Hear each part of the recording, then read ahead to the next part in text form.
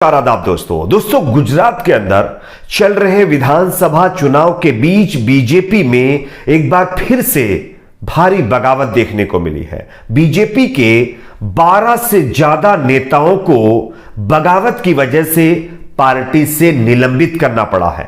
इसको लेकर के बड़ी खबर सामने आ रही, जिसकी जानकारी आगे आपको देंगे। साथ ही साथ दूसरी बड़ी खबर आ रही है गुजरात से ही, जहां पर देश के प्रधानमंत्री नरेंद्र मोदी चुनाव प्रचार में लगे हुए हैं। लेकिन इसी चुनाव प्रचार में एक बच्ची के साथ पीएम मोदी ने एक वीडियो ट्वीट किया था और इस वीडियो के ट्वीट करने के बाद देश के प्रधानमंत्री के खिलाफ कांग्रेस पार्टी ने शिकायत दर्ज करवाई है और आचार संहिता का उल्लंघन करने का आरोप लगाया है, चुनाव में बेईमानी करने का आरोप लगाया है। इसकी भी जानकारी आपको देंगे। तीसरी एक और बड़ी खबर गुजरात चुनाव से ही जुड़ी हुई है, वो भी मीडिया को लेकर के। अब बीजेपी मीडिया चैनलों को दोस्तों ये आरोप मनीष सिसोदिया ने लगाया है, इसकी भी जानकारी आपको देंगे। उससे पहले एक छोटी सी रिक्वेस्ट आपसे करेंगे दोस्तों, अगर आप भी चाहते हैं कि गुजरात में चल रहे विधानसभा चुनाव निष्पक्ष तरीके से होने चाहिए, किसी तरह का कोई इसमें झोल नहीं होना चाहिए, अगर मेरी इस राय से आप सहमत हैं तो कमेंट सेक्शन में आप इस पर अपना फीडबैक जरूर दीजिए। इस वीडियो को ज्यादा से ज्यादा लाइक करिए, शेयर करिए, चैनल को सब्सक्राइब जरूर कर लीजिए। बात करते हैं पहली और बड़ी खबर की। आप जानते हैं गुजरात के अंदर बीजेपी में जो बगावत है वो दिन ब दिन बढ़ती जा रही है। पहले चरण का मतदान होने के लिए कुछ ही दिन बाकी है, लेकिन उससे पहले जैसे जैसे वोटिंग का टाइम करीब आता जा रहा है वैसे वैसे बीजेपी के अंदर जो बगावत है दिन ब दिन बढ़ती जा रही है। आपको हम एक खबर दिखा रहे हैं, आप इस खबर को देख सकते हैं। गुजरात विधानसभा चुनाव से पहले सत्ताधारी भारतीय जनता पार्टी ने अपने बागी नेताओं के खिलाफ कड़ी कार्रवाई की है। भाजपा ने 6 बार के विधायक मधु श्रीवास्तव और 2 पूर्व विधायक सहित 12 पार्टी नेताओं को निलंबित कर दिया है। इन्होंने विधानसभा चुनाव में पार्टी से टिकट न मिलने के बाद निर्दलीय उम्मीदवार के तौर पर चुनाव लड़ने का ऐलान करके अपना नामांकन दाखिल किया था और यह बीजेपी को पसंद नहीं आया और इसी के खिलाफ बीजेपी ने यह कार्रवाई कर दी है। यह कार्रवाई 1 दिसंबर को होने वाले विधानसभा चुनाव के पहले चरण में निर्दलीय उम्मीदवारों के रूप में नामांकन दाखिल करने के लिए 7 भाजपा नेताओं को निलंबित किए जाने के बाद जो है यह कार्रवाई की गई है। अब आप समझ सकते हैं दोस्तों कि गुजरात में बीजेपी का किस तरह से हाल होता जा रहा है। आप देख रहे होंगे कि पहले मीडिया चैनलों के अंदर भी बीजेपी को 140 से 150 से ज्यादा सीटें दी जा रही थी, लेकिन अभी हाल ही में एक सर्वे सामने आया, उसमें बीजेपी को मात्र 109 सीटें दी गई हैं। सर्वे में साफ कहा गया है कि बीजेपी मैक्सिमम 109 सीटें जीत सकती है, जबकि कांग्रेस पार्टी को फिर से पिछली बार का आंकड़ा दिखाया गया 77 से 80 सीटें भी कांग्रेस पार्टी जीत सकती है, ऐसी जानकारी दी गई है। तो कहीं ना कहीं सर्वे करने वाली कंपनियों को भी पता है कि बगावत जितनी यानी कि तादाद में बढ़ती जा रही, वैसे वैसे बीजेपी का नुकसान इस चुनाव में होता जा रहा है। अब देखना होगा कि हालांकि इसमें क्या होता है। एक और खबर की बात करते हैं जो कि गुजरात चुनाव से ही जुड़ी हुई है। आप जानते होंगे देश के प्रधानमंत्री नरेंद्र मोदी ने अभी 2 दिन पहले, जिसमें एक छोटी सी बच्ची का वीडियो सामने आया था। देश के प्रधानमंत्री एक छोटी बच्ची के पास बैठे हुए हैं और उस बच्ची से चुनाव प्रचार करवा रहे हैं, ऐसा आरोप कांग्रेस पार्टी लगा रही है और उस बच्ची का वीडियो भी वायरल हुआ था। मैं आपको पहले वो वीडियो दिखाना चाहता हूं, आप बच्ची का वो वीडियो देखिए, उसके बाद हम आपको बताते हैं इस वीडियो की वजह से देश के प्रधानमंत्री नरेंद्र मोदी के खिलाफ शिकायत दर्ज करवाई गई है। देखिए ये वीडियो। આજે દરેક ચર્ચાની શરૂઆત થાય છે ભાજપથી, આજે દરેક ચર્ચાનો અંત થાય છે ભાજપથી।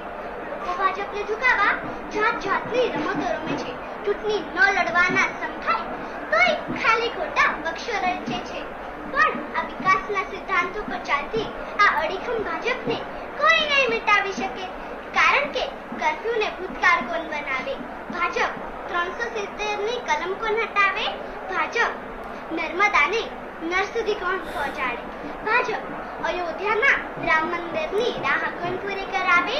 ભાજપ ઉજ્જૈનનો કોરિડોર કે સ્ટેચ્યુ ઓફ યુનિટીની ઊંચાઈ કે પછી પાવાગઢમાં 500 વર્ષે ધજા કોણ ફરકાવે?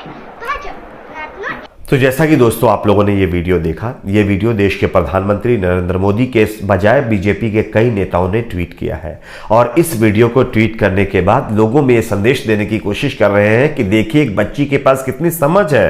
वो ये कह रही है कि देश के प्रधानमंत्री नरेंद्र मोदी के हाथों में ही देश सुरक्षित है और इसी मुद्दे को उठाते हुए कांग्रेस पार्टी ने पीएम मोदी की बातचीत पर नाराजगी जताते हुए, उस बच्ची का वीडियो ट्वीट करने के मामले में नाराजगी जताते हुए एनसीपीसीआर में शिकायत दर्ज करवा दी है। और उसी के साथ साथ सुप्रिया सूले जो कि कांग्रेस की प्रवक्ता है, उन्होंने एक बयान भी दिया है। पहले आप उनके बयान को भी सुन लीजिए, उसके बाद इसकी भी चर्चा करेंगे। मेरा अपना मानना है कि प्रियांक कानूनगो नाम के एक व्यक्ति हैं जो NCPCR, the national commission for protection of child rights के हेड हैं, जो शाखा से ट्रेनिंग लेकर आए हैं और जब गैर राजनीतिक यात्रा में बच्चे ललक के राहुल जी के साथ आ रहे थे और ना राजनीति की कोई बात हो रही थी ना वोट की कोई बात हो रही थी, तो उन्होंने बड़े तगड़े से इलेक्शन कमीशन को चिट्ठी लिखी थी और इलेक्शन कमीशन ने फिर उसको उनके बोला ये हमारा अधिकार क्षेत्र नहीं, आपको जो करना है इस पे करिए। आप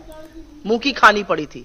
प्रियांक कानूनगो आज कौन सी कुंभकर्ण की नींद सो रहे हैं, ये हम जानना चाहते हैं।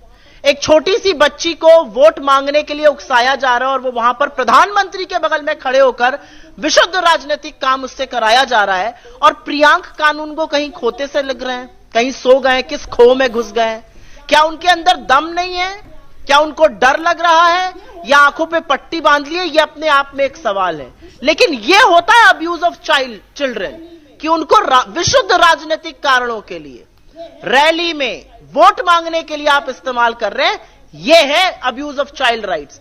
इस पर एनसीपीसीआर को जगना चाहिए, लेकिन आंखों पर पट्टी तो ऐसी बंधी है और कुंभकर्ण की नींद ऐसी सोए प्रियांक कानूनगो तो जैसा कि दोस्तों ट्विटर पर दिख नहीं रहे। आप लोगों ने ये वीडियो देखा, ये वीडियो सुप्रिया जी का है जो कि कांग्रेस पार्टी की स्पोकपर्सन है। इन्होंने सीधे तौर पर मोदी जी के ऊपर आरोप लगाया, बीजेपी के ऊपर आरोप लगाया कि किस तरह से एक बच्ची का इस्तेमाल किया जा रहा है चुनाव प्रचार के लिए। ये कहीं से भी ठीक नहीं है और ये आचार संहिता का उल्लंघन भी है। बाकायदा इसके लिए कांग्रेस पार्टी ने शिकायत दर्ज करवाई, जैसा कि मैं आपको उसकी कॉपी भी दिखा रहा हूं, आप देख सकते हैं। तो कांग्रेस पार्टी का सीधे तौर पर कहना है कि राहुल गांधी की भारत जोड़ो यात्रा में जब बच्चे राहुल गांधी से आकर के मिल रहे थे, उनके बारे में बता रहे थे, तब लोगों को बहुत आपत्ति थी। उससे कहा जा रहा था कि यह ठीक नहीं है। लेकिन जब मोदी जी के साथ में उसी तरह से बच्ची आकर के बैठ करके बातें कर रही है, चुनाव में वोट मांग रही है, तो यह सबको ठीक नजर आने लगा है। और कई ऐसे लोग भी हैं जो पहले आवाज उठा रहे थे, अब उनके मुंह पे जो है टेप लग गया है। तो ये चीज कहते हुए सुप्रिया सूले ने ये प्रेस कॉन्फ्रेंस की है। खैर, एक और खबर की बात करते हैं जो कि आ रही गुजरात से ही। गुजरात में विधानसभा चुनाव जैसे जैसे तारीखों का जो टाइम करीब आ रहा, वैसे वैसे आरोपों की भाई झड़ी लगती जा रही है। अब मीडिया को लेकर के मनीष सिसोदिया का बड़ा बयान सामने आया है। आप इस ट्वीट को देखिए। कुछ टीवी चैनल वाले ने बताया कि बीजेपी ने उन्हें धमकी दी है कि अगर गुजरात पर किसी भी चर्चा में आप वालों को बुलाओगे तो बीजेपी उस चर्चा में नहीं आएगी। टीवी चैनल वालों ने काफी विरोध किया, लेकिन बीजेपी नहीं मानी। बीजेपी वालों, हिम्मत है तो सामने आओ, ना तुम तो पहले ही डर के भाग गए, ये कहना है मनीष सिसोदिया का। यानी कि बीजेपी के नेता अब जिस लाइव डिबेट में या शो में आम आदमी पार्टी के नेताओं को मीडिया बुलाएगी, उसमें बीजेपी वाले नहीं जाएंगे, इस तरह की धमकी दे रहे हैं। क्या ये एक स्पष्ट या निष्पक्ष चुनाव की मतलब जो है चीज है? आप इस पर क्या सोचते हैं जरूर बताइए। वीडियो को ज्यादा से ज्यादा लाइक करिए, शेयर करिए, चैनल को सब्सक्राइब